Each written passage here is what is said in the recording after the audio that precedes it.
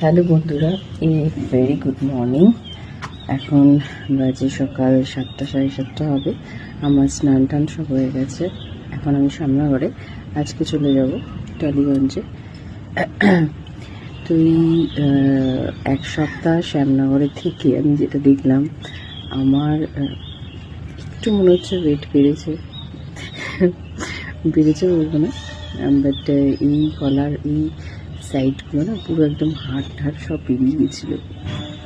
মনে হচ্ছে জাস্ট একটুখানি ঠিক হচ্ছে, বাট এখানে যেটা হয়েছে সেটা মানে আমি এক সপ্তাহ তো পুরো রেস্টে ছিলাম। আমাকে তো সেরকম আমি এখানে কিছুই করি না বেসিক্যালি, তো শুধু ঈশানকেই দেখি, আর এমনি কাজ বাজ তো সেরকম কিছু নেই। তো এখানে যেটা হয়েছে সেটা হচ্ছে রেস্ট।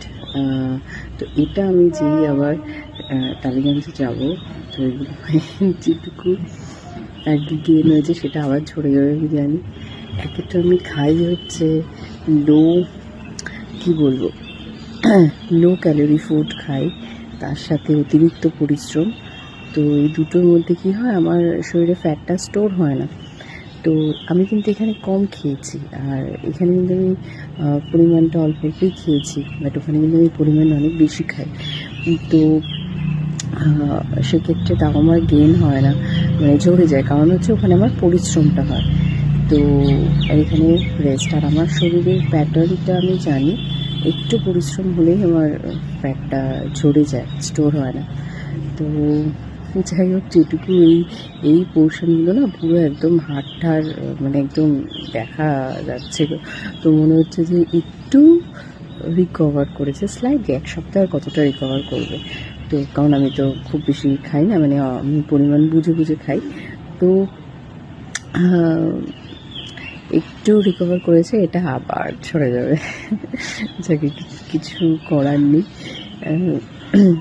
তো যাই হোক, ভাবলাম তোমাদের সাথে শেয়ার করি বিষয়টা, কারণ আমাকে লোকে অসুস্থ বলে একদম পাগল করে দিচ্ছে। যেই দিচ্ছে সেই বলছে তুই কি অসুস্থ, কী চেহারা।